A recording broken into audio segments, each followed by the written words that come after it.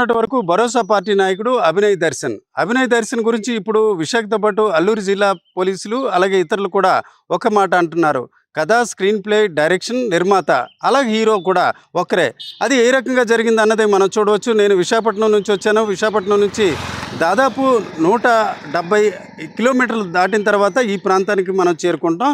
ఇక్కడ చింతపల్లి నుంచి ఇట్లా వస్తే జెరిల, మొండిగడ్డ తర్వాత ఈ రకంగా వస్తే నీరు దొర, మామిడిపాలెం ఈ ప్రాంతానికి వచ్చాం. ఏదైతే మీరు చాలామంది విజువల్స్లో చూసుంటారు, నెట్టింట్లో వైరల్ అయిన అంశం కూడా మనం చూడవచ్చు. అభినయ్ దర్శన్ ఏ రకంగా కారుపై కొందరు దుండగులు దాడి చేశారు. దాడి చేసే క్రమంలో వారంతా కూడా గ్లౌజులు వేసుకున్నారు, కాళ్ళకు కూడా గ్లౌజులు వేసుకున్నారు, చేతులకు కూడా గ్లౌజులు వేసుకున్నారు.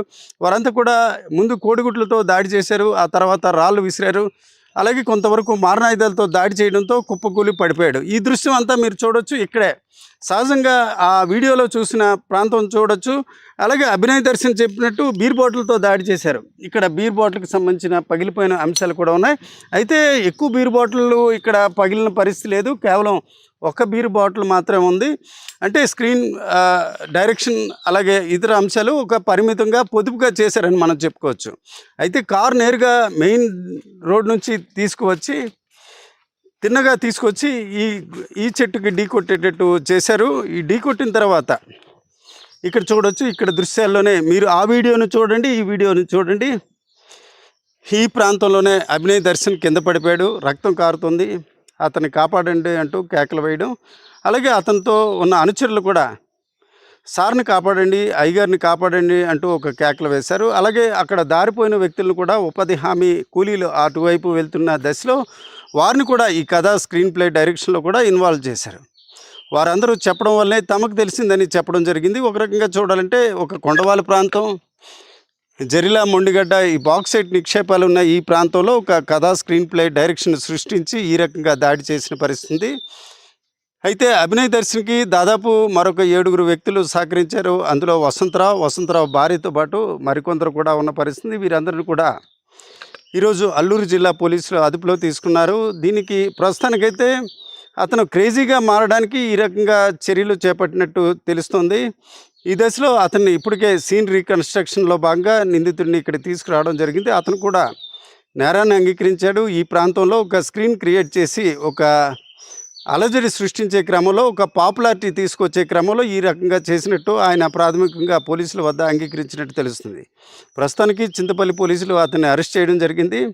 ఒక రకంగా నిన్న మొన్నటి వరకు చూసుకుంటే చాలా సినిమాలు తీశాడు. జగ్గు, దాదా, అట్లాగే ఫిదా ఇలాంటి సినిమాలు. అంటే ఫిదా తెలుగులో కాకుండా తమిళంలో ఇతర లాంగ్వేజ్లో కూడా అతను ఆ సినిమా తీసుకురావడం జరిగింది. అది పెద్దగా హిట్ అవ్వలేదు. అయితే ఆ సినిమాలు హిట్ అవ్వకపోయినప్పటికీ ఈ సినిమా హిట్ అవుతుందని బహుశా అభినయ్ దర్శన్ భావించారు. కానీ పోలీసుల ముందు, చట్టం ముందు చాలా అంశాలు తలకిందులు అవుతాయి. డామిట్ కథ అడ్డం తిరిగింది అనే ఒక రకంగా టైటిల్ మాదిరిగా ఈరోజు ఈ అంశం బయటపడింది. కేవలం అభినయ్ దర్శన్ చేసిన ఈ వ్యవహారం 2-3 రోజుల పాటు అల్లూరు జిల్లాలోని అలాగే విశాఖ జిల్లాలోని కొంత అలజడి సృష్టించింది. కానీ ఆ విజువల్స్ చూసిన ప్రతి వ్యక్తి కూడా ఈ దాడి ఈ రకంగా జరగడం అంటే ఇతరులు దాడి చేసే అవకాశాలు లేదు. అలాగే భరోసా పార్టీ ఆయన పెట్టినట్టు చెప్పడం జరిగింది. అయితే ఆ భరోసా పార్టీ నాయకుడిని తమకు వ్యతిరేకంగా కావచ్చు, అతను పాపులర్ అవుతారని ఈ ప్రాంతానికి చెందిన ప్రధాన పార్టీలు కావచ్చు, ఇతర నాయకులు కూడా అనుమానించే పరిస్థితి లేదు. అందుకే అతనిపై దాడి చేసే అవకాశాలు లేవని విజువల్స్ చూసిన ప్రతి వ్యక్తి భావించాడు. అలాగే దాడి చేసినప్పుడు సహజంగా పారిపోవడం కానీ, తిరిగి ఎదురు దాడి చేయడం కానీ, లేక ప్రాధాయపడడం కానీ జరుగుతాయి.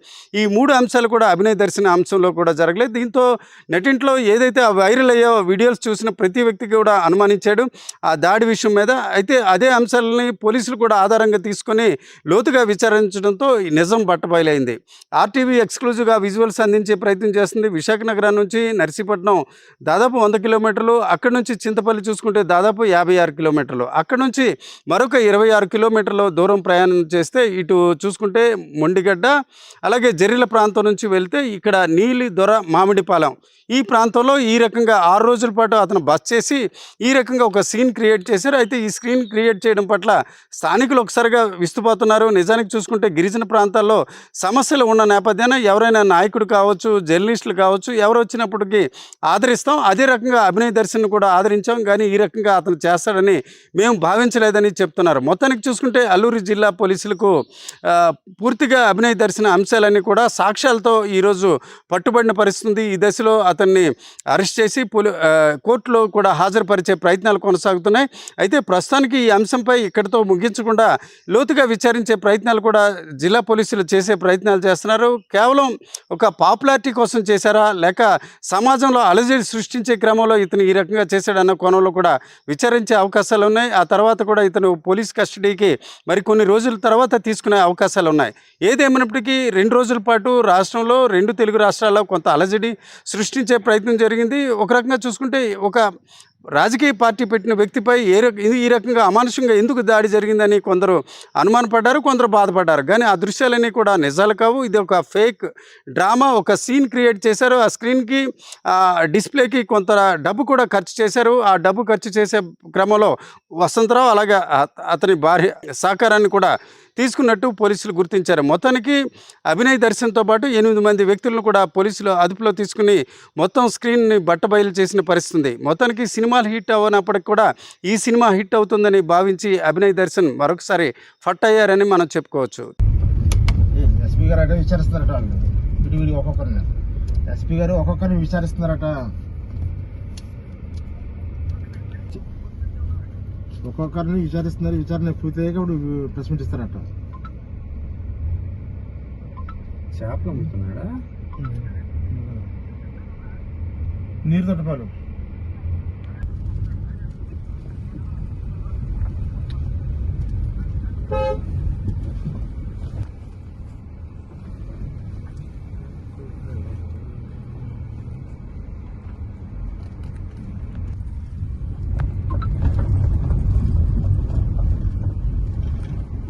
మీరు వాళ్ళు బ్రిటిష్ అందరూ వచ్చిన వచ్చారండి. మీరు వచ్చారా? వచ్చారు. అప్పుడు ఎక్కడెక్కిన కొండ అప్పుడు జనం ఎంట పెట్టారు కదా. అవునండి, ఇలాగ వెళ్ళలేదు మనం, అప్పుడు అలాగే వెళ్ళామండి.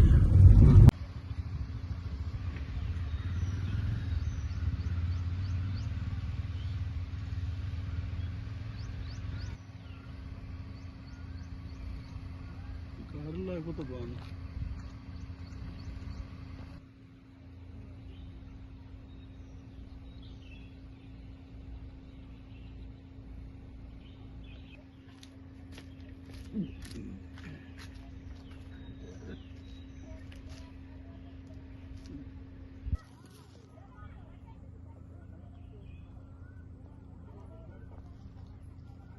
విజువల్స్. నీరు తోట మామిడిపాలెం. ప్రెస్ మీట్ మెసేజ్ రాలేదు సార్. ఇంకా ఇలా అయితే ఈ ప్రెస్ మీట్లకి ఇలాంటి మెసేజ్ రాదు, మనం ఎంతసేపు ఇచ్చేస్తాం సార్.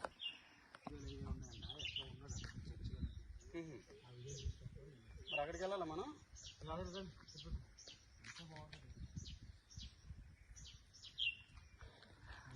భరోసా పార్టీ నాయకుడు అభినయ్ దర్శన్ వ్యవహారంపై పోలీసుల లోతుగా విచారణ జరుగుతుంది. నీలి తోటపాలెం ఆ ప్రాంతానికి చెందిన గ్రామస్తుల వద్ద కూడా అతను గతంలో ఉండడం, అక్కడ భోజనం చేయడం కూడా జరిగింది. ఈ దశలో ఆ ప్రాంతానికి చెందిన గ్రామానికి చెందిన వ్యక్తి ఉన్నారు. సరే, అభినయ్ దర్శన్ మీకు ఎట్లా పరిచయం అండి? పాడేరున్నారు, మాకు తెలుస్తారు. ఆయన ప్రతి గ్రామానికి అదే పాదయాత్ర చేస్తున్నాడు. మంచి కార్యం కొరకు ప్రార్థన చేస్తూ పాదయాత్ర చేస్తున్నారు. మంచినీటి సమస్య కోసము, డ్రైనేజ్ కాలువల కోసము, మరి ఇల్లు లేని వారి కోసము, మరి ఇల్లు ప్రభుత్వం అంతా డబ్బులంతా ఏం చేస్తుంది, మరి ఏజెన్సీ ప్రాంతంలో ఏమి రోడ్లు ఇలాగున్నాయి, గ్రామాలు ఇలాగున్నాయి, అభివృద్ధి అవ్వలేదు అని చెప్పుకొని తిరిగేవాడు సార్. దాన్ని బట్టి ఆ సెల్యూని చూసి మేము వాళ్ళ కుటుంబం ఆదరించాం సార్.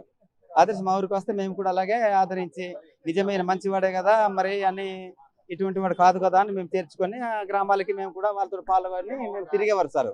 అంటే అల్లూరి సీతారామరాజుని ఆదరించారు, అట్లాగే ఎవరినైనా ఆదరిస్తారు. అంటే మన సమస్యల్ని పరిష్కరించే దిశలో ఎవరు వచ్చినప్పుడు కూడా. అయితే ఈరోజు చూశారు కదా, అతనే దాడి చేసుకొని ఇతరులు దాడి చేశారని చెప్పి ఆ విషయం చూసి మీరు షాక్. అవును సార్, అదే సార్ వాడు దాడి చేసుకున్నాడని, మరి ఇలాగా ఇతరులు ఎవరు ఏం చేశారని నాకు తెలియదు సార్. నేను అప్పుడు గూడెంలో ఉన్నాను నేను. అది సార్, నేను తర్వాత వెళ్తున్నప్పుడు వంతరపల్లి ఉన్నప్పుడు నాకు ఫోన్ చేసి సార్ అభిదర్శన్ గారిని ఇలాగా దాడి చేస్తున్నారు ఇలాగని చెప్పారు సార్. అప్పుడు నేను బండి వేసుకుని వెళ్ళాను సార్. అప్పుడు కారు నుంచి వస్తుంటే నేను మళ్ళీ ఎదురయ్యి మళ్ళీ హాస్పిటల్కి వచ్చాను సార్.